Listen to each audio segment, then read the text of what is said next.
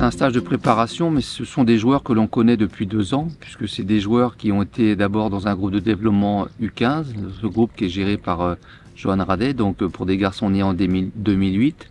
Et puis la saison dernière, on a été dans la continuité avec 10 rassemblements, des matchs amicaux, de préparation, des tournois, dont un qui a été gagné avec le tournoi de Montaigu, c'était au mois d'avril.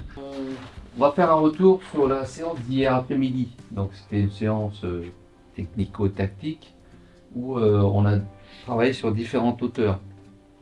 Hauteur de bloc, partant de bloc bas sur... On est dans la continuité et l'idée de ce stage de préparation, c'est de renforcer les relations entre le staff et les joueurs, parce que ça c'est un gros travail à faire. Et puis c'est encore de mieux connaître le joueur, de mieux l'évaluer sur cette préparation, parce que ce sont des joueurs qui sont dans des clubs pro et qui se sont entraînés dans des groupes U19 voire N3, donc qui ont fait une grosse préparation, et c'est de bien les évaluer pour comment les préparer pour les échéances à venir, puisque lors de chaque mois de cette saison il y aura un rassemblement avec des matchs amicaux et surtout une première échéance qui va être importante, c'est le mois de novembre où on va aller à Chypre pour préparer ce tour 1, parce que maintenant on appelle ça un tour 1 qui était auparavant un tour qualificatif UEFA pour se qualifier au tour 2 qui aura lieu au mois de mars pour ensuite atteindre l'objectif prioritaire d'une sélection U17, c'est-à-dire se qualifier pour 1 euro. Par rapport au projet de jeu qu'on met en place dans cette sélection, mais depuis la saison dernière, les 5 couloirs de jeu, il faut bien les occuper. D'accord ? Vous les connaissez, vous les avez en tête.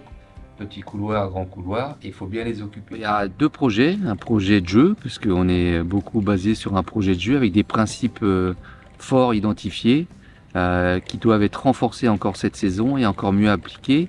Et puis un projet de vie, parce qu'il y a le vivre ensemble qui est très important, qui est aussi important que le bien jouer et jouer ensemble. Donc le vivre ensemble est déterminant et c'est ce qui fait la force des sélections. On l'a vu au travers des JO, voilà, avec cette médaille d'argent qui a été acquise aux JO. Donc c'est renforcer ces liens et se vivre ensemble pour que justement ça se passe du mieux possible sur le terrain et les résultats seront là, on l'espère. Mais le U2 est important, d'accord ? Je donne et je redemande. Et sur ma redemande, on élimine un adversaire dans l'axe et aussi dans le couloir. Attention à la hauteur à laquelle vous allez faire le U2. À partir de cette saison 24-25, il faut savoir que la FIFA a mis en place aussi une Coupe du Monde U17 qui aura lieu tous les ans. Donc de 2025 à 2030, cette Coupe du Monde qui sera fixée au mois d'octobre-novembre aura lieu toutes les saisons et elle aura lieu au Qatar, à Doha. Donc on se doit, à travers d'un euro, d'aller aussi à cette Coupe du Monde. Et on a encore vu à l'euro jouer et défendre sur un pied inversé pour prendre l'info. D'accord ? L'adversaire va toujours revenir sur son pied fort, ce qui est logique. D'accord ? Donc anticiper ça, mais ça on va travailler aussi. Ces joueurs-là, ils sont en apprentissage ici en sélection. Avant de performer, on les forme.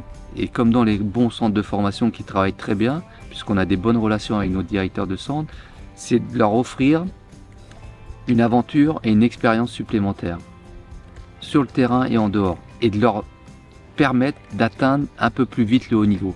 C'est ce que font bien les clubs, puisque les clubs, ils préparent bien les joueurs de plus en plus tôt à affronter le niveau senior. Mais nous, dans leur catégorie d'âge, ou en surclassement, on les prépare à ce niveau international. Et c'est une très bonne évaluation pour bien préparer le joueur et l'évaluer pour ensuite être performant quand il va retourner dans son club. Allez, à tout à l'heure.